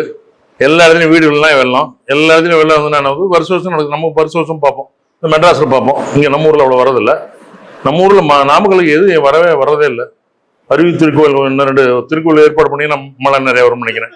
நம்ம ஊருக்கு மட்டும் மழை பெய்ய மாட்டேங்குது, சுற்றிலையும் பெய்யுது. இதில் எக்கச்சக்கமான வெள்ளம் வந்து மக்கள்லாம் வந்துடும். வெள்ளம் வடிய என்னவும் டெங்கு வந்துடும், காலரா வந்துடும். அந்த மாதிரி காலங்களில் மருத்துவர்களுடைய தேவை ரொம்ப ரொம்ப இம்பார்ட்டன்ட். இந்த மருத்துவர்கள்லாம் இல்லை அப்படின்னா ஏகப்பட்ட கேஷுவாலிட்டி ஆயிரும். உலக அமைதி, நாடு அமைதி கெட்டு போயிடும். இந்த நாடு அமைதி கெட்டு போயிடும். கொரோனா பீரியடு 3வது இந்த தொற்று கொரோனா பீரியடை அப்படியே நேரடியாக உங்கள்கிட்ட விவரிக்கலாம். கொரோனா பீரியட்ல ஒருத்தர் மெட்ராஸ் வந்து ஒரு டாக்டர் வர்றாரு. அவங்க தாத்தா செத்து போயிட்டாருன்னு வந்திருக்காரு. வந்தோடனே அவருக்கு தொற்று வந்துச்சுன்னு கண்டுபிடிச்சோன்னே அவரை பெட்டில் சேர்த்தணும் அப்படின்னா ஒன்று கலெக்டர் பார்க்குறாரு. நாமக்கல் இருக்கக்கூடிய எந்த ஆஸ்பத்திரியிலையுமே இந்த தொற்று இதில் வைத்தியம் பண்ணுறதில்ல. எந்த மருத்துவமனையுமே, விவேகானந்தா மருத்துவக் கல்லூரி மருத்துவமனை உட்பட எந்த மருத்துவமனையும் அந்த காலகட்டத்தில் எடுத்துக்கல. அப்போ கலெக்டர் ரொம்ப கோவம் வந்துச்சு அவருக்கு. அவர் எங்களெல்லாம் கூப்பிட்டு ஒரு 24 ஆசிரியர்கள்லாம் உட்கார வச்சு, ஏன் கோவிட் காரணம் எடுக்க மாட்டேங்க? அந்த டாக்டர் கேட்குறாரு நியாயமான கேள்வி. நம்ம மாவட்டத்தில் ஒரு இடம் இருக்க வேண்டாமா? நீங்கள்லாம் மருத்துவர்களா, நீங்கள்லாம் எடுக்காமல் இருக்கீங்களே அப்படின்னு கேட்குற போது சொன்னேன், இங்கெல்லாம் சார் மருத்துவமனை பாருங்கள், இங்கே இருக்கிற கான்செப்ட்டு கீழே பேஷண்ட் வருவாங்க, மேலே அவங்க அப்பா அம்மா பிள்ளை குட்டி எல்லாம் மேலே குடும்பத்தோட கூட்டியிருப்பாங்க. அவங்க எப்படி சார் கீழே கொண்டு வந்துட்டு மேலே இருக்க முடியும்? அதனால தான் சார் மாட்டேங்கிறாங்கன்னு சொன்னேன். எடுத்து சொன்னோடனே இந்த மெகராஜ்னு கலெக்டர் ரொம்ப நல்லா கேட்டுவார். அவருக்கு நல்லா கேட்டு உடனே என்ன பண்ணாரு, டாக்டர் உங்களுக்கு தான் பெரிய ஆஸ்பத்திரியா இருக்கு, நீ எடுத்தா என்ன அப்படின்னு கேட்டார். 100 பெட்டு போட்டோம். 100 பெட்டு போட்டு அங்கே நீங்கள் பார்த்தீங்கன்னா உள்ளே போயிட்டு வெளியே வரணும். அது எனக்கு 3 பையன், 3 பேர்த்தையும் இந்த போரில் அனுப்ப முடியாது. ஒவ்வொரு பையன் அனுப்பலாம். முதல் பையன் 2வது பையன் அனுப்பிச்சுட்டேன். அவர் ட்ரெஸ்லாம் போட்டு போவார். காலையில் 9 மணிக்கு ஆரம்பிச்சாருன்னா அடுத்த நாள் காலையில் 3 மணி ஆகும் எல்லாத்தையும் ரவுண்ட்ஸ் முடிச்சுட்டு வர்றது. அப்போ வரும்போது அவங்க வீட்டுக்கு போக முடியாது, வீட்டில் போய் பிள்ளை குட்டியை பார்க்க முடியாது, வீட்டுக்கு போக முடியாது. அங்கே தனியாக ரூமில் படுக்க வச்சுருவாங்க. அந்த ரூம்லேயும் படுத்திருப்பாரு. மறுபடியும் அங்கேயே குளிப்பார். அடுத்த நாள் காலையில் மறுபடியும் ஆரம்பிச்சிடுவார். கேஸ் வந்துக்கிட்டே இருக்கும்போது அடிக்கடி இறந்து போயிட்டே இருப்பாங்க. ஒரு நாளைக்கு பார்த்தீங்கன்னா நைட்டில் 7 பேர் செத்து போயிடும். லட்சக்கணக்கான உயிர்களை பலி கொண்டது அந்த கோவிடுங்கிற தொற்று. அது எந்த நாட்டில் வந்தது, அங்கே அந்த நாட்டுக்காரன் பரப்பினானா, இந்த நாட்டுக்காரன் பரப்பினா, இன்னும் அது புரியாத கேள்விக்குரியாது. ஆக்சிஜன்னா எவ்வளோ டிமாண்ட், பிராணம் நீங்கள் சொல்லுங்க, வாயுலாம் சொல்கிறீங்க, மூச்சு பயிற்சி சொல்கிறீங்க. இந்த மூச்சு எவ்வளோ முக்கியமானதுங்கிறது மக்கள் அனுபவபூர்வமாக உணர்ந்தது. அப்போ இங்கேருந்து வண்டி வருது, ஆக்சிஜன் டேங்க்கு. இங்கே எல்லாம் 34 பேர் இதில் போயிட்டு இருக்காங்க, ஆக்சிஜனில் போகுது. ஒரு அரை மணி நேரத்தில் தீர்ந்து போயிடும். 2 பெரிய 1000 லிட்டர் டேங்க் 2 தீர போகுது. நான் கேட்டுகிட்டே இருக்கேன், மேராஜ் சார் வண்டி வரணும்னு கேட்குறேன். அப்போ வந்துடும், திருச்செங்கோடு வந்துடும் பாருங்க. அரை மணி நேரம் விட்டு 10 நிமிஷம் ஆயிருந்தா ஒரு 32 பேர் கலையிடும். எனக்கு பதட்டமான பதட்டம், போர் பதட்டம், இங்கே கோவிட் பதட்டம். உனக்கு வந்த உடனே டக்குன்னு பிடிச்சது தான் எல்லாத்துக்கும் வரும். இந்த மாதிரியான சூழ்நிலையில் மனிதன் எனக்கு வந்துருமே, எனக்கு கோவிட் வந்துருமே, என் வீட்டுக்கு போனால் என் பிள்ளை குட்டி கோவிட் வந்துருமே, எங்கள் அம்மாவுக்கு கோவிட் வந்துடுமே, எங்கள் அப்பாவுக்கு கோவிட் வந்துடுமே அப்படின்னு யோசிச்சிருந்தா இந்த மனிதன் அவன் அவன் ஒரு மனித டாக்டர், இவன் மதிப்பூர் டாக்டர். ஏன்னு கேட்டீங்கன்னா நான் என்னை பற்றி கவலைப்படல, நான் போகிறேன் பார்க்கலாம், ரெண்டு பார்த்துறேன் அப்படின்னு அத்தனை பேர்த்தையும் பார்க்கக்கூடிய மருத்துவம். அந்த எத்தனை பேர் உயிரிழந்தாங்கன்னு உங்களுக்கு தெரியும். சில உயிரிழந்த மருத்துவர்களுக்கு இடமில்ல புதைக்கிறதுக்கு கூட தரமாட்டேன்ட்டான். ஒரு கிறிஸ்டியனுக்கு அங்கே தரமாட்டேன்டா, இங்கே தரமாட்டேன்ட்டான். பெரிய ஏதாச்சும் இங்கே அதில் நடந்த ஒரு சுவையான சம்பவத்தை மட்டும் உங்களுடைய நீங்கள் மகிழ்ச்சியாக இருக்கணும். அமைதி ஆனந்தம் ரொம்ப முக்கியமாக இருக்கிறது. ஒரு நாள் நைட்டு நான் இருக்கேன், அன்னைக்கு டியூட்டி, அன்னைக்கு வரிசையாக செத்துக்கிட்டே இருக்காங்க. அப்போ 2 நாள் எல்லாரும் அங்கே மயானத்தில், மின் மயானத்தில் முதல்ல போகிறவங்களுக்கு இங்கே பல ஆஸ்பத்திரியிலேருந்து வரும். நம்ம இங்கே 5 பேர் செத்து போயிட்டாங்க. ஒருத்தர் விட மாட்டேன்னு சார், சீக்கிரம் என் ஒய்ஃப் இறந்துட்டா, சீக்கிரம் சார் அங்கே போனால் இப்போ இல்லாட்டியும் ஒரு நாள் கூப்பிட்றா காத்திருக்கணும் சார், சீக்கிரம் சார் என்னன்னு ஒன்று. நான் அவசரமாக சீக்கிரம் போட்டு ஃபில்லப் பண்ணிக்கிட்டு எல்லாம் போட்டு ஏற்றி விட்டான். ஏற்றி விட்டு வண்டி இதே பண்ணி எப்படின்னு போய் நேரம் மின்மயானத்துக்கு போயிட்டான். மின்மயானத்தில் போய் இறக்கி விட்டு திறந்து போகிறேன், இவன் பொண்டாட்டி இல்லை. உடனே அங்கேருந்து போனேன், சார் வேற யாரும் பொண்டாட்டி ஏனோ அப்படின்னா. ஒன்றும் கவலைப்படாத, உன் பொண்டாட்டி அடுத்த வண்டியில் வந்துட்டு இருக்கு, ஆளை மாத்திக்க. இது மாதிரியான காமெடியெல்லாம் ஏன்னு கேட்டீங்கன்னா, ஒன்றும் இருக்கக்கூடிய அந்த 8 மணி நேரத்தில் 6 பேர் செத்து போனால் அவனுக்கு நோட்ஸ் எழுதுறதா, அவனுக்கு ஆடிட் பண்ணுவாங்க நாளைக்கு எப்படி செத்தான் அப்படின்னு. நம்ம மெகராஜ் மதிவேந்தன் அப்போ தான் புதுசாக வந்தார். அப்போ தான் திமுக ஆட்சி உள்ள வந்தது. மதிவேந்தன் எல்லாம் இந்த ப்ரைவேட் ஹாஸ்பிட்டல்லாம் ஊர்பட்ட சார்ஜ் பண்ணுறாங்க, 5 லட்சம் 4 லட்சம் வாங்குறாங்க அப்படின்னு குற்றம் குறைகள் சொல்லிட்டு இது மாதிரி கேட்குறாங்க. ஆடிட் பண்ணுவோம், டெத்தானா ஆடிட் பண்ணுவோம் சார். நான் யாருமே கேட்கல, நான் தான் கேட்டேன் சார். வரிசையாக 10 பேர் சாகும் ஒரு ராத்திரியில். ஒவ்வொருத்தையும் எப்படி செத்தான் எது செத்தான் யோசனை பண்ணால் இன்னும் 4 பேர் செத்து போயிடும் சார். பரவாயில்லையே அப்படின்னு. வேண்டாம் நீங்கள் போன்றபடி அப்படின்னு கேட்டேன். இதுதான் அந்த போர்க்காலங்களில், பேரிடர் காலங்களில், இது மாதிரி தொற்று காலங்களில் மருத்துவர்கள் மனிதநேயத்தோடு செயல்பட்டு கொண்டார்கள் அப்படிங்கிறதெல்லாம் நீங்கள் தயவு செய்து சொல்லுங்கள், மக்கள்கிட்ட புரிஞ்சுங்க. ஒரு மருத்துவர்கள் மீது ஒரு வித்தியாசமான பார்வையை நீங்கள் எல்லாம் எடுத்துடணும். ஏன்னா அவங்களாம் இல்லைன்னா நீங்கள் நம்ம அமைதியாக வாழ்றது ரொம்ப ரொம்ப சிரமம். நம்ம மனித வாழ்க்கைக்கு அவங்க மதம் பார்க்குறானா, இவர் கிறிஸ்டியனு இவரை பார்க்க மாட்டேன், இவர் ஊசி போட மாட்டேன், இவர் முஸ்லீம் பார்க்க மாட்டேன், இவன் சிவப்பாக இருக்கான் இவனை பார்க்கலாம், கருப்பாக இருக்கான் பார்க்க மாட்டேன் பார்க்குறாங்களா, இனம் பார்க்குறாங்களா, மொழி பார்க்குறாங்களா, என்ன சாதின்னு பார்க்குறாங்களா, என்ன பேசுவான்னு பார்க்குறாங்களா, அத்தனை பேரையும் சகோதரத்துவத்தோடு நடத்தக்கூடிய ஒரே தொழில் அப்படின்னு எடுத்துக்கிட்டீங்கன்னா எங்களுடைய மருத்துவ தொழில் மட்டும்தான். அது கண் டாக்டராக இருக்கட்டும், புண் டாக்டராக இருக்கட்டும், எந்த டாக்டராக இருக்கட்டும், எல்லா டாக்டரும் ஒரு மனிதநேயத்தோடு செயல்படுறாங்க. ஒன்று எல்லா தொழிலையும் இருக்கும், எல்லா இடத்துலையும். எல்லா சாமியார்களும் நல்லவர்களா? நம்ம மகரிஷி மாதிரிலாம் எல்லா மகரிஷியும் ஒரே மாதிரி இருக்காங்களா? எத்தனை பேர் பணம் பண்ணுறாங்க, எவ்வளோ கோடிக்கணக்கில் பண்ணி பணம் பண்ணுறாங்க. மாதிரி எல்லாரும் 1-2 புழுவில் இருக்கத்தான் செய்வாங்க எல்லா தொழில் எடுத்துக்கிட்டாலும். அது மாதிரி இருக்கிறவெல்லாம் நீக்கிட்டு பார்த்தா மருத்துவம் என்பது ஒரு சகோதரத்துவத்தை உணர்த்தக்கூடிய ஒரு தொழில். மருத்துவம் ஒரு மகத்தான தொழில். இந்த பேரிடர் காலங்கள் எல்லாம் அவன் தனக்கு வரும், செத்து போயிடும் நல்லா தெரியும். செத்து போயிடும் ஒரு மனித வெடிகுண்டு தான். உள்ளே போனால் செத்து போயிடும்னு தெரியும், ஆனால் 15 பேர்த்து காலி பண்ணுங்கிற நோக்கத்தோட இந்த மனித வெடிகுண்டு எப்படி போதோ அதே மாதிரி நம்ம உள்ளே போனால் இறக்கக்கூடிய வாய்ப்பு இருக்குன்னு தெரிஞ்சும் மருத்துவர்கள் போய் மற்றவங்களை காப்பாற்றுங்கிற உயர்ந்த எண்ணத்தோட போகக்கூடிய அனைத்து மருத்துவர்களுமே மகத்தானவர்கள்ங்கிறத மறுபடியும் நீங்கள் பதிவு பண்ண விரும்புகிறேன். அவருடைய கொஞ்சம் கூட நீங்கள் குறைச்சி மதிப்பிட முடியாது. எந்த தொழிலையுமே இது மாதிரி எல்லாம் தெரிஞ்சு ஒரு பதட்டம் இருக்கக்கும், ஒரு சண்டை போடும். குழந்தை செத்து போச்சுன்னா சண்டைக்கு வருவான். ஏன்னா நேற்று வரைக்கும் நல்லா தான் இருந்தது, திடீர்னு செத்து போச்சு, எப்படி செத்துது, என்ன அப்புறம் உங்களுக்கு சரியாக பண்ணல, நீ சரியாக ஊசி பண்ண, திட்டம் வரும், அடிக்க வருவான். அத்தனையும் தாங்கிட்டு இருப்பாங்க. எதிர்த்து பேசக்கூடாது. எங்களுடைய எத்திக்ஸ் என்னன்னு கேட்டிங்கன்னா, பேஷண்ட்டு இறந்து போயிட்டான், அவனுக்கு ஏதாவது ஒரு துன்பம் நேர்ந்துருச்சு அப்படின்னா அந்த துன்பத்தில் நம்மளும் பங்கெடுத்துக்கணும், அவன்கிட்ட ஃபைட் பண்ணக்கூடாது அப்படின்னு அவன் திட்டுற போதெல்லாம் பேசணும். என்கிட்ட ஒரு டாக்டர் வந்தார், ஒரு MS, அவர் ஒரு ஆப்ரேஷன் பண்ணுறாரு, ஹிஸ்டெக்டமி. பேஷண்ட் 4 நாள் செத்து போச்சுன்னா அவன் கேட்குறான், சார் இது வரைக்கும் இந்த மாதிரி ஆப்ரேஷன் பண்ணியிருக்கீங்களா சார் அப்படிங்கிறான். புருஷன் கேட்குறான், இந்த மாதிரி ஆப்ரேஷன் பண்ணியிருப்பீங்களான்னு. தலையை குனிஞ்சிட்டு நிற்கிறார் அவர். நான் சொன்னேன், இது மாதிரி 1000 பண்ணியிருப்பார், 1000 பண்ணியிருப்பாரியா, உன் பொண்டாட்டிக்கு ஏதோ இன்ஃபெக்ஷன் வந்தது சரியா இல்லை அப்படின்னு. மக்கள் எப்பவுமே எதிர்மறையான சிந்தனை கொண்டவர்கள். அவர்களை சமாளித்து வெற்றி விடுறது ரொம்ப சிரமம். ஆனால் மருத்துவர்கள் ஒரு மகத்தான சேவையை செய்து கொண்டிருக்கிறார்கள், உலக அமைதிக்காக பாடுபட்டு கொண்டிருக்கிறார்கள். அந்த எண்ணத்தை எப்போதும் கைவிடாதார்கள். ஏன்னா மருத்துவங்கிறது நான் சொன்ன உலக சகோதரத்துவம், உலக அமைதி அத்தனைக்கும் மருத்துவருடைய பங்கு பெரும். எப்படி ஒரு உழவு தொழில் செய்கிறவன் பங்கு போடுறானோ, எப்படி ஒரு விவசாயி தன்னுடைய எப்படி அது அவெல்லாம் சோறு கிடைக்காது. கடையெல்லாம் மூடிட்டான். சோறு கிடைச்சா போதும் தெரிஞ்சோம், தண்ணி அடிச்சா போதும் தெரிஞ்சோம். அப்படிலாம் திரியிற போது உதவி பண்ணாலும் நம்மளை எத்தனை விவசாயிகள் பண்ணாங்க. அது மாதிரி மருத்துவம் அந்தந்த சமயத்தில் மிக சிறப்பான சேவையை செய்து கொண்டிருக்கும். உலக அமைதிக்கு பெரும்பங்கு, தனி மனித அமைதி. வீட்டிலேருந்து வருவான், சார் ஒரு 45 வயசு பையன் நெஞ்சு வலிக்குது சார், நான் வைப்பாண்ணே எல்லாம் ஈஸி எடுத்தால் நல்லா இருக்கு சார், வலி பொறுக்க முடியல சார், மயக்க வருது சார், வேத்து விடுது சார், நப்படு சார், எனக்கு ஒன்றும் ஹார்ட் அட்டாக் இருக்காதேங்கிறான். நம்ம ஹார்ட் அட்டாக் இல்லைன்னு சொல்லிட்டோம்னா அவன் செத்து போயிட்டான்னா டாக்டர் இதோட கண்டுபிடிக்கலன்றான். அதனால எச்சரிக்கையாக வச்சுவோம், பார்க்கலாம்ப்பா, ஒரு 2 மணி நேரம் பார்க்கலாம், ஊசியெல்லாம் போடலாம். வேற ஏதாவது உனக்கு பிரச்சனை இருக்கா சார்? என் பொண்ணுக்கு இப்போ கேம்பஸ் இன்டர்வியூவில் டிசிஎஸ்ல வேலை கிடைச்சிது சார். ரொம்ப ஒரு அட்டெண்டர், எங்கள் ஸ்கூலில் வேலை செய்கிற ஒரு அட்டெண்டர், மாத சம்பளம் 15,000 ரூபா. அவன் சொல்கிறான், என் 2வது பொண்ணு சார் நீட்டில் கவர்மெண்ட் ஸ்கூலில் படிக்குது ஐயா, கவர்மெண்ட் ஸ்கூலில் படிக்குது ஐயா. உங்களே தான் 7.5% நீட்டில் டாக்டர் ஆகணும்னு நினைக்குது.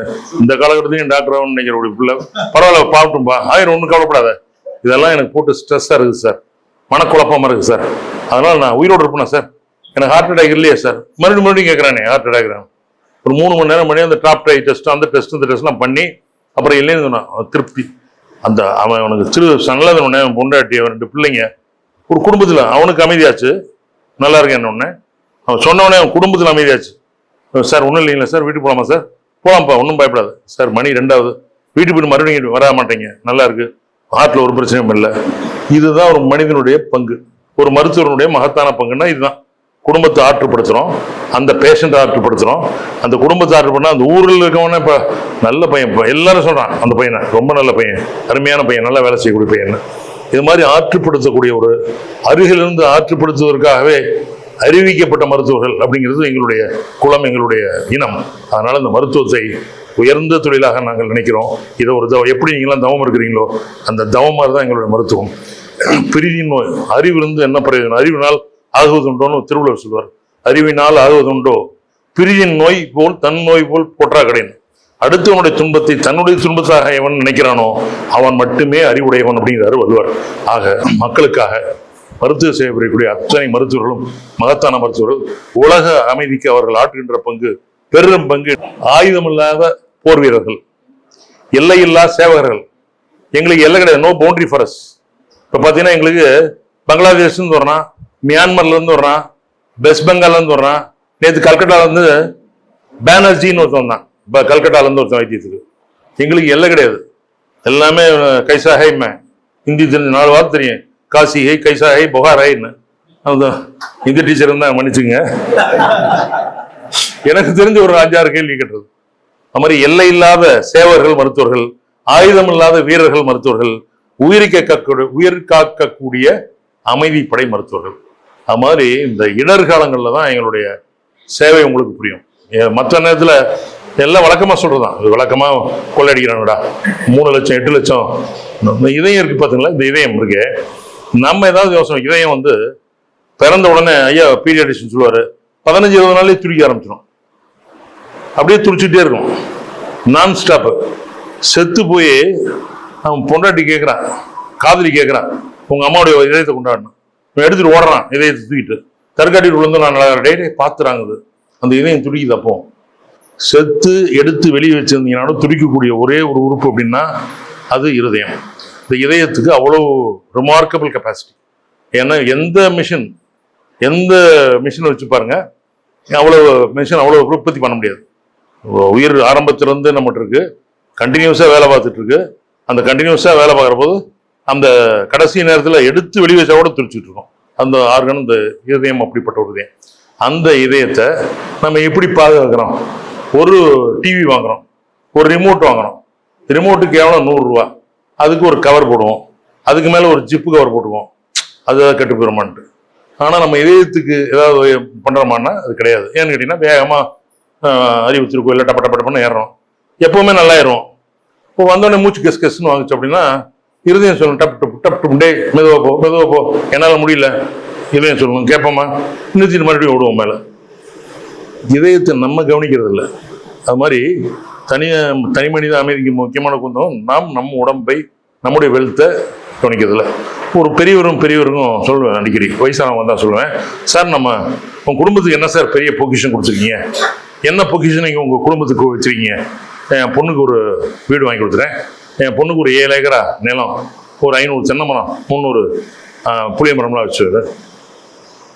இதெல்லாம் பொக்கிஷம் இல்லையா? இதெல்லாம் வெல்த் இல்லை. நீ நல்லா ஹெல்த்தியாக ஒன்று வச்சுருந்தாவே அதுதான் உங்களுக்கு நீ கொடுக்கக்கூடிய மிகப்பெரிய பரிசு. ஏதாவது நீ கொடுக்கணும் பிள்ளைகளுக்கு நினச்சின்னா, உங்கள் சந்ததிக்கு ஒரு பெரிய கொடுக்கணும்னு நினச்சின்னா, பெரிய பங்களா கொடுக்க வேண்டாம், நீ நல்லா இரு. நீ அங்கே போய் படுத்துக்கிட்டு அங்கே வலிக்குது இங்கே வலிக்குது எனக்கு கையால் வரல அப்படின்னு கூட படுக்க வச்சுட்டீங்கன்னா அந்த பிள்ளைங்க பார்க்கறது ரொம்ப கஷ்டம். அதனால் நீ கொடுக்கக்கூடிய வீட்டுக்கு கொடுக்கக்கூடிய மிகப்பெரிய பங்களிப்பு உன்னுடைய உடல் நலம் தான். அப்படின்னு அதாவது உடல் நலத்தை பேணி பாதுகாக்க வேண்டாம். நுரையீரல் எடுத்துக்கிறோம். இந்த நுரையீரல் இருக்கிறதுல மூச்சு பயிற்சியெல்லாம் பண்ணுறீங்க. இந்த நுரையீரலில் இருக்கக்கூடிய நுரையீரலை பிரித்து வச்சோம்னா ஒரு டென்னிஸ் கிரவுண்ட் அளவுக்கு இருக்கும், அவ்வளோ பெரிய இருக்கும். அதில் தான் காற்று சுவாசிக்கிற போது ஆக்சிஜனும் பிராணவாயும் கரிமளவும் மாறி மாறி வந்துட்டு இருக்கோம். இது நம்ம உடம்புல எத்தனையோ அழுக்குகளை வெளியே செல்லக்கூடிய ஒரு சாதனமாக இருக்குது. இதை நம்ம அந்த மூச்சு பயிற்சி பண்ணி சீராக பண்ணிட்டு இருந்தோம்னா நம்மளுடைய வாழ்நாள் எவ்வளோ நாளாக நிறைய பேருக்கு தெரியறதில்லை. ஓடுறது, ஒடியாறது, அடிக்கடி சளி பிடிக்கிறது, மூச்சு வாங்குறது, எல்லாம் பிடிக்கிறது, நம்முடைய இதை நம்மளே சிகரெட் குடிக்கிறது. பார்த்தீங்கன்னா ஒரு 50 வயசுக்கு மேலே இருக்கவங்களுக்குலாம் சார் தம்பி சொன்னார், எல்லாத்துக்கும் ஒரு எக்ஸ்ரே. இப்போ எக்ஸ்ரே என்னாச்சு, என்ன எக்ஸ்ரே தெரியும், பெரிய எக்ஸ்ரே ஒரு 300 எம்ஏன்னு பேர், அது அப்படியே இருக்கும். அங்கே போய் நம்ம எடுத்துக்கணும். 100 எம்ஏ அது வந்து போர்ட்டபிள், வச்சு தள்ளிட்டு போனால் எடுக்கும். இது தூக்குறது அது மொபைல், அதுக்கு தூக்குற எக்ஸ்ரே மிஷின் ஒன்று வந்திருக்கு புதுசாக மார்க்கெட்டில். இப்போ ஒரு 15-20 லட்ச ரூபா.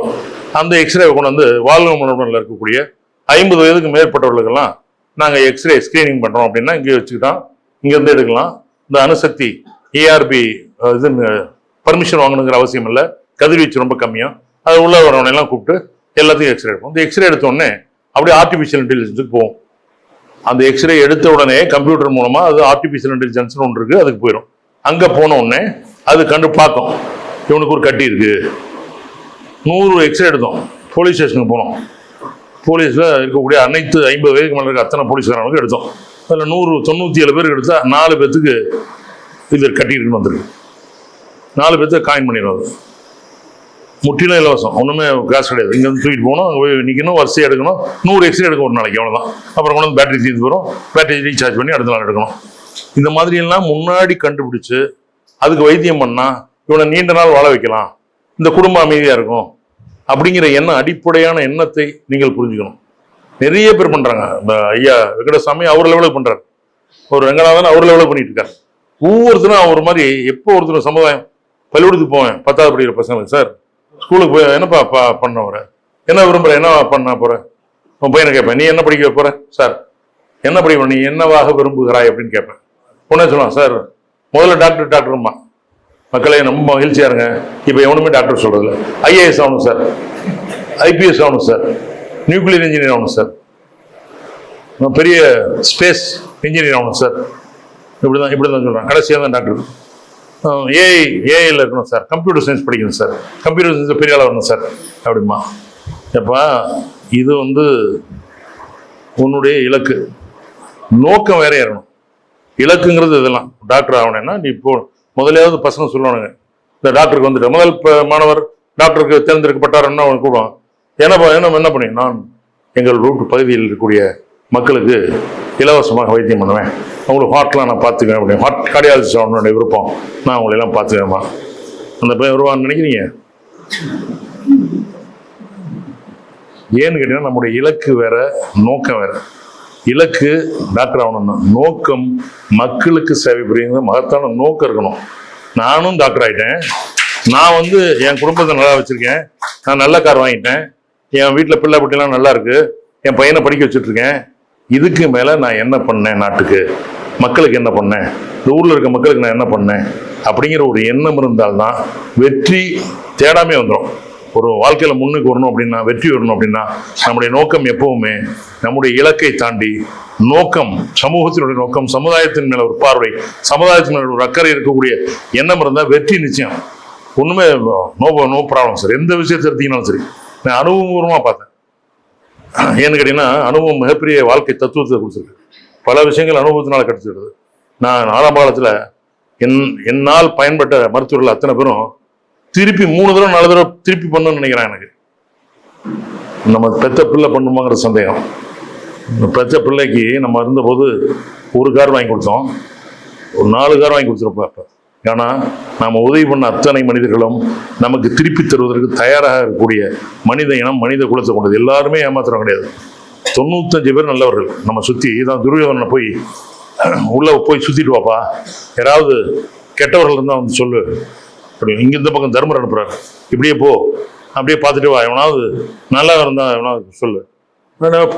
போயிட்டு வர்றாரு. துரியோதனை வந்து சொன்னான், சார் போயிட்டு வந்தேன், போயிட்டு ஒரு 150 பேர் சார், அத்தனை பேரும் கெட்ட பயில இருக்கான் சார், ஒருத்தன் கூட சரியில்லை சார். அவன் இவர் தர்மர் சொல், நானும் 150 பேரை பார்த்தேன், எல்லாமே நல்லவனா இருக்கான், ஒருத்தன் கூட கெட்டவனா இல்லைன்னு. நம்முடைய எண்ணம் நம்முடைய பார்வையில தான் இருக்கு. வெங்கடாஜலபதி போறாங்க, வெங்கடாஜலபதிட்டு நல்ல மக்கள் போயிட்டு இருக்காங்க வரிசையா. பார்த்தீங்கன்னா ஒரு கை பிடிச்சிருப்பார், ஒரு கை வச்சவர், கால் வச்சிருப்பார். எல்லாம் அம்மா சொல்லுது, ஏய் காலை பாடுறான், காலை பார்த்துட்டே போ, காலை பார்த்தா தான் அப்படின்றது. அப்போ சண்டை வந்துருச்சு, கைக்கும் காலுக்கும் கண்ணுக்கும் எதிரா முக்கியம். உடனே கால் சொல்லிச்சு, எல்லா பையனும் என்னை தான் பார்க்குறான், இந்த அடிசரணங்கிறான், திருவடி சரணங்கிறான், எல்லாரும் நான் தான் பெரிய ஆளுங்கிறான், அதனால் நான் தான் இந்த காட்டிலேயே பெரிய பாட் அப்படின்னு. உடனே கை சொல்லுதுங்க பார், இப்படி வச்சுருக்கேன் பார், அது இடத்த காட்டுறவனே நான் தான், இவர் கீழே கால் இருக்குது அதை பார்த்துக்கணும் அப்படி சொல்லுவேன், அதனால் நான் தான் பெருசு அப்படின்னு. இந்த 2 விட பெருசு கையில் கருணை தெரியாது, காலில் கருணை தெரியாது. கருணை தரக்கூடிய ஒரே இடம் மகரிஷி கண் தான். கண்ணு தான் எல்லாத்தையும் விட பெருசு அப்படின்னு பகவான் சொன்னாராம். கண்ணு ஏதாவது தேவையில்லாத விழுந்துச்சுன்னா அது போய் ஆஸ்பத்திரிக்கு போக வேண்டியதில்லை. வழக்கமாக ராத்திரி 10 மணிக்கு மேலே மகரிஷி தத்துவத்தில் இருக்கக்கூடிய எத்தனை பேருக்கும் ஒரு சின்ன ரிக்வஸ்ட்டு, நைட்டில் சிக்கனுக்குன்னு திங்காதீங்க, நைட் 11 மணிக்கு வந்து தொல்லை பண்ணிடுறீங்க, உள்ள குத்துது, எலும்பு குத்துது. அதாவது 11 மணிக்கு நாங்கள் பார்க்கறதே பெருசு. பார்த்தோன்னா சார் குத்துது சார், லைட் அடிச்சு நம்ம அறிவு கட்டின வரைக்கும், நம்ம கண்ணு கட்டின வரைக்கும் பார்த்தா இருக்காது, கண்டுபிடிக்க முடியாது. நம்ம இது கொஞ்சம் மயக்கம் கொடுத்து அதுக்கு அட்மிஷன் பண்ணுமா சார், நான் கை விட்டு எடுத்துருவீங்கன்னு நினச்சேன். இது என்ன டெலிவரி கேஸா, கை விட்டு பிள்ளை எடுக்கிறதுக்கு? இது முள்ளு ஏதாவது குத்திச்சுன்னா என்ன பண்ணுறது, மயக்கம் கொடுத்தா எடுக்கும், நாளைக்கு காலையில் வா கன்வின்ஸ் பண்ணி அனுப்புறது பெரிய சமாச்சாரம். சாப்பிடு, மத்தியானம் சாப்பிடுங்க, ராத்திரியில் எதுக்கு இதெல்லாம் சாப்பிட்றீங்க? குத்துறது அங்கே குத்துது இங்கே குத்துதுன்னு இருக்கவனை குத்திக்கிட்டு இருந்தால் நாங்கள் என்ன செய்ய முடியும்? இது இல்லை சார், ஒரு இது இல்லை, மக்கள்கிட்ட மத்தியானம் எது வேணாலும் சாப்பிடுங்க, குத்துச்சா வந்துருங்க, இப்போ நாங்கள் பார்த்துக்குவோம். ராத்திரி 11 மணிக்கு எங்களை பார்த்துக்க ஒரு ஆள் வேணும். இதில் அவனை கூப்பிட்டு வந்து அவனை வச்சுக்கிட்டு பார்த்துட்டு, சார் நான் என்ன நீங்கள் அழகாமல் கையில் எடுத்து லவகன் எடுத்துட்டீங்கன்னு பார்த்தேன், நீங்கள் காலையில் வர சொல்கிறீங்க, மயக்கம் கொடுக்கணுங்கிறீங்க, அதுக்கு ENT டாக்டர் வரணுங்கிறீங்களே அப்படின்னு கேட்பாங்க மக்கள். என்னன்னா உங்கள் சிந்தனை பூரா எங்கள் மேலே அப்படித்தான் இருக்குது. ஓ இவங்கெல்லாம் முதலே நைட்டே எடுத்துருப்பாரு, காலையில் வர சொல்கிறாரு, படுக்க வச்சுருவாரு, அட்மிஷன் போட்டுருவார் அப்படிங்கிற மாதிரி எண்ணம். அந்த இக்கட்டான நேரத்தில் வர்றீங்க சொல்கிறதுல இருக்குது. ஒன்றும் கவலைப்படாதீங்கம்மா, ஒரு மாத்திரை கொடுக்க போகிறேன் சார், நான் பீடியாட்ரிஷியன் நாகராஜன் டாக்டருடைய நர்ஸு சார், 10 வருஷமாக அவங்ககிட்ட இருக்கேன். ஏமா நீ ஏன் இவ்வளோ நேரங்கள் சொல்லலாமா, இந்த நேரத்தில் அதெல்லாம் சாப்பிட்லாமா, மீனை சாப்பிட்டியா சார், முள்ளாக இருக்குமா கம்பியாக இருக்குமா, அது இந்த மீனை கேட்டால் தான் தெரியும், நான் எந்த மீனை பார்க்குறது, நீ தான் சாப்பிட்டியே, அது எங்கிட்ட கேட்குது, மீன் முள்ளா கம்பியா, அது மீனை கேட்டால் தான் தெரியும், அது மீன் அது கேட்குது என்ன. நான் சொன்னேன், ஒன்று 45-50 வயசு இருக்கும், உடனே மாத்திரைலாம் சாப்பிடுமா, தூக்க மாத்திரை போட்டுக்க, இந்த ஜெல்லை குடி, கொஞ்சம் வலி இல்லாமல் இருக்கும். சார் குத்திக்கிட்டே இருக்கேன் சார், என்ன பண்ண வேறு வழி இல்லாமல் கொஞ்சம் பொறுத்துக்கோ, தூங்குற மாதிரி ஏற்பாடு பண்ணி ஊசியெல்லாம் போட்டு படுத்துக்கு காலையில் போகணும். காலையில் பார்த்தீங்கன்னா வரமாட்டாங்க. மக்கள் அவ்வளோதான் நமக்கு கொடுக்குற மரியாதை. நீங்கள் எங்களுக்கு கொடுக்குற மரியாதை இவ்வளோதான். சரியான போதனை சொல்கிறோம், சரியான தத்துவம், எல்லாத்தையும் வேதாத்திய மதிப்பு அனைத்து மகரிஷிலும் மேற்கக்கூடிய ஒரு மகத்தான இழப்பு தான். எவ்வளோ தூரம் பணிவா அந்த நேரத்தில் உங்களுக்கெல்லாம் சொல்லி ஊசியெல்லாம் போட்டு ஃபீஸ் விடணுன்ட்டேன். நாகராஜன் டாக்டர்கிட்ட நான் வேலை பார்த்தேன், சரி ரைட் பட நம்ம நர்ஸாக இருக்க மாட்டேருக்கு போமான்னு சொல்லி காலையில் வரவே வராது, இது இறங்கி போய் எடுத்துக்கும். இது போயிட்டு போகிறோம், அதை பற்றி கவலைப்படும். நமக்கு வர்றவங்களை திருப்தியோட மனித நேயத்தோடு அணுகுவது என்பது சார் இதுக்கு மேலே சரக்கு இல்லை சார்.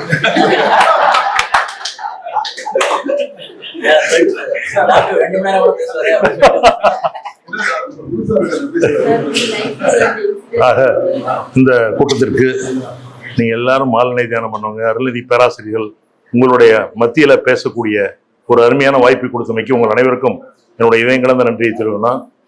எங்களுக்கெல்லாம் பேசி பேசி பழக்கம். இவ்வளவு கூட்டம் இருந்தோடனே எனக்கு ரொம்ப உற்சாகப்பட்டேன். நான் எப்பவுமே 15 பேர் 20 பேர் வச்சுட்டு மணி நேரம் 30 நிமிஷம் 40 நிமிஷம் பேசிட்டு இருக்காரு. இவ்வளவு தூரம் வந்தோடனே உங்களை எப்படியாவது பேசணும், அது ரெண்டாவது வாழ்க்கை ஒன்று வேற சிரிக்க வர மாட்டேங்கிறீங்க. முன்னாடி அந்த மேடம் வேற தியானத்தில் இருக்காங்க, அப்பப்ப இவங்க தியானத்தில் இருக்காங்களா தூங்குறாங்களான்னு ஒரு டவுட்டு. அப்படியே பார்த்துட்டே வந்தேன். அதாவது மக்கள் ஏதாவது சொல்லணும். சார் அவரை கேட்டேன், அவரை கேட்டேன், அருள்நிதி சார், சார் அதாவது ஏன் ரெஸ்ட்ரிக்ஷன் கைத்தட்டல இல்லை, தட்டலாமே, கை தட்டுவாங்களே அப்படின்னாரு. சரி, கொஞ்சம் திருப்தி ஆயிடுச்சு. ஆக எங்களெல்லாம் சகோதரத்துவத்தினுடைய எடுத்துக்காட்டுகள் இந்த போர்க்காலங்களில் நான் இருக்கக்கூடிய அற்புதமான உங்களுக்கு சேவையாற்றக்கூடிய சேவர்கள் என்று கூறிக்கொண்டு இந்த வாய்ப்புக்கு நன்றி கூறி விடைபெறுகிறேன்.